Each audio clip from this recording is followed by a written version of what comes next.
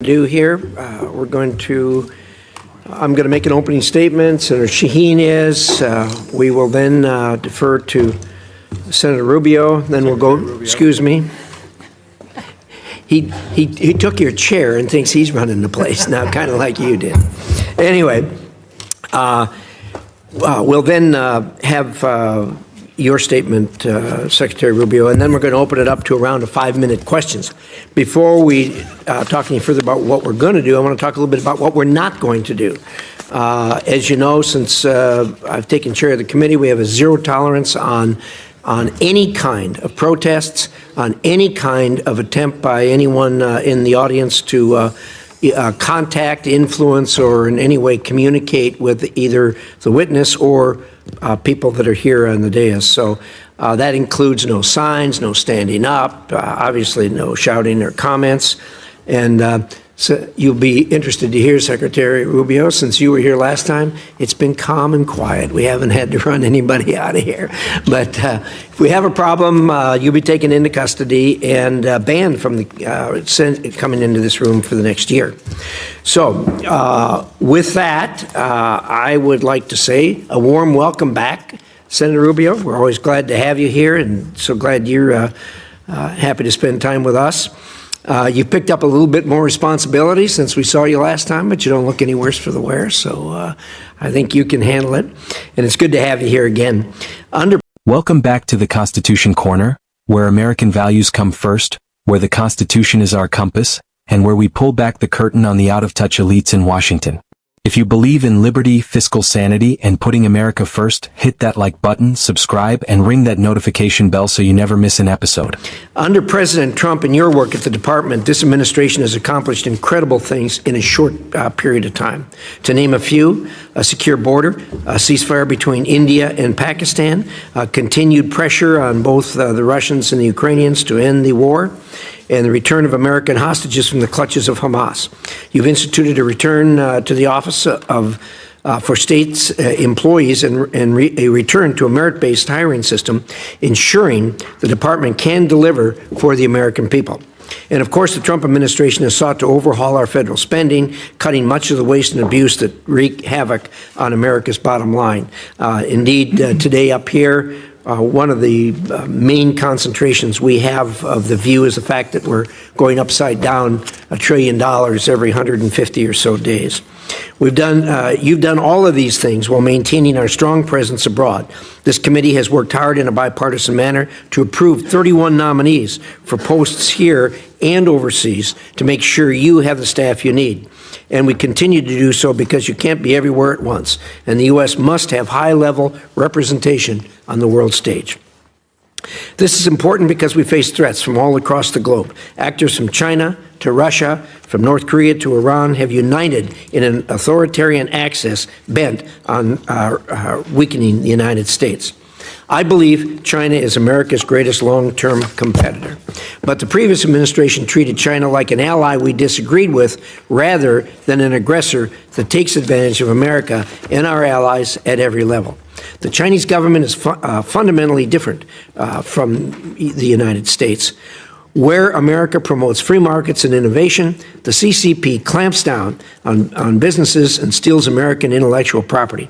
Where we believe that every person has God-given rights, the Chinese government commits genocide against Uyghurs and other minorities in China and harasses dissidents here in America. We want to work with you to ensure you have the tools you need to counter Chinese influence, including through the Development Finance Corporation and the Millennial Challenge Corporation. To truly counter China, we need to catalyze private sector growth worldwide where we can. As you know, China is not the only threat.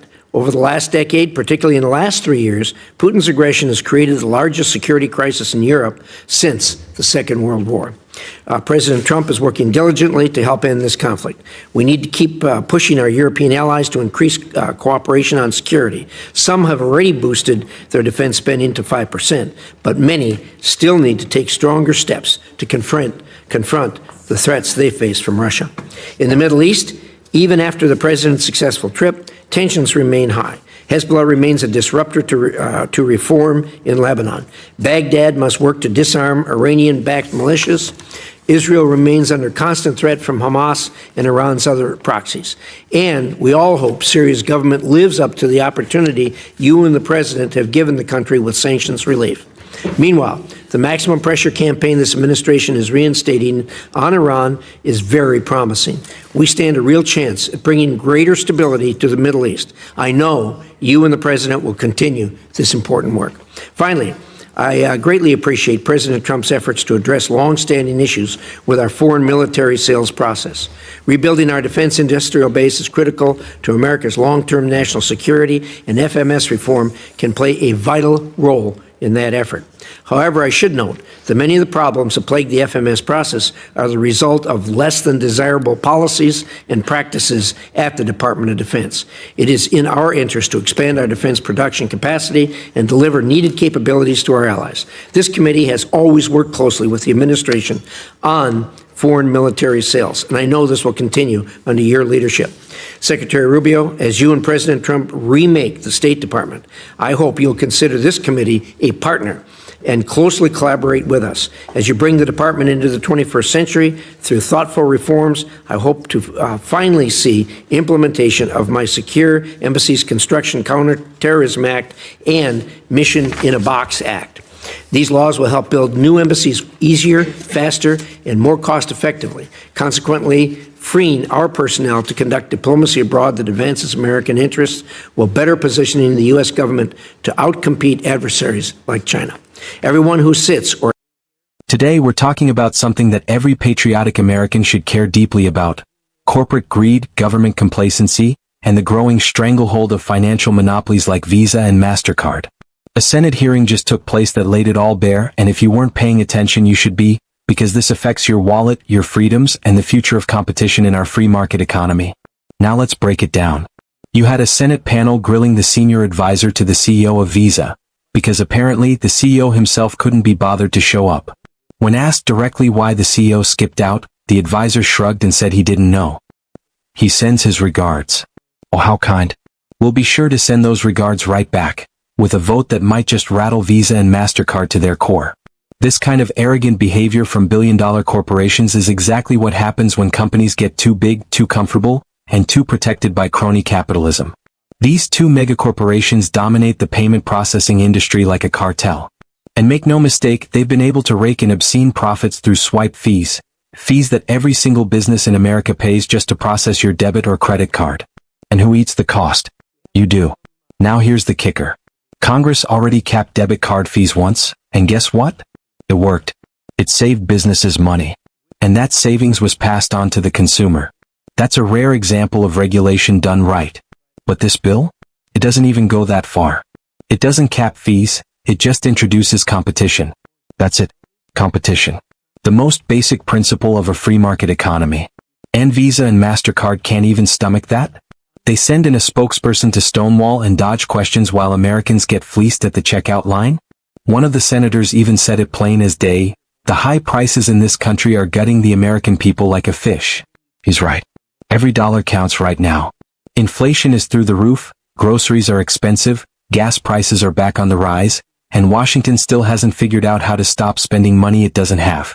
But Visa and MasterCard? They're doing just fine. Their stock prices are soaring. They've spent millions lobbying Congress to avoid exactly what's being proposed in this bill: competition and accountability. And let's not ignore what was said to them loud and clear. If they don't work it out with the retailers, Congress is going to do something. And when Congress finally decides to act, Visa and MasterCard might just end up like the post office or the Dallas Cowboys. And let's be honest, neither of those comparisons is a compliment these days. Now here's the bigger picture. This isn't just about fees or payments. This is about who holds the power in America. Is it the people and the small businesses who keep this country running? Or is it a handful of massive corporations who think they're above accountability? And this isn't the only threat we face. You heard the committee shift gears to foreign policy. Secretary Rubio stepped in and laid out the facts. China is our greatest long-term threat. Russia is waging the biggest war in Europe since World War II. And Iran continues to destabilize the Middle East. These are real threats, and yet we're still bogged down with a bloated federal bureaucracy that wastes time protecting monopolies instead of defending America's interests. But let me tell you what gives me hope. It's that people are waking up. They're watching these hearings. They're seeing the lies, the evasion, the arrogance, and they're demanding change. So here's what I say to Visa and MasterCard. You had your chance to play fair. You had your chance to work with Congress, with the retailers, with the American people. And if you keep playing games, the American people are going to back legislation that breaks your monopoly once and for all. This hearing shows us what happens when you shine a light on corruption and corporate arrogance. It's time to fight back with transparency, competition, and accountability. And to all the patriots out there, this is why we must stay engaged. This is why we vote, why we call our representatives, and why we speak out. If we don't, these megacorporations and out-of-touch bureaucrats will keep ignoring us. Thank you for watching the Constitution Corner. If you believe in free markets, if you're tired of being nickel and dimed by corporate monopolies, and if you believe in holding both government and business accountable, like this video, subscribe to the channel, and share it with every freedom-loving American you know. Together, we will defend liberty, protect the Constitution, and keep America free. God bless you, and God bless the United States of America.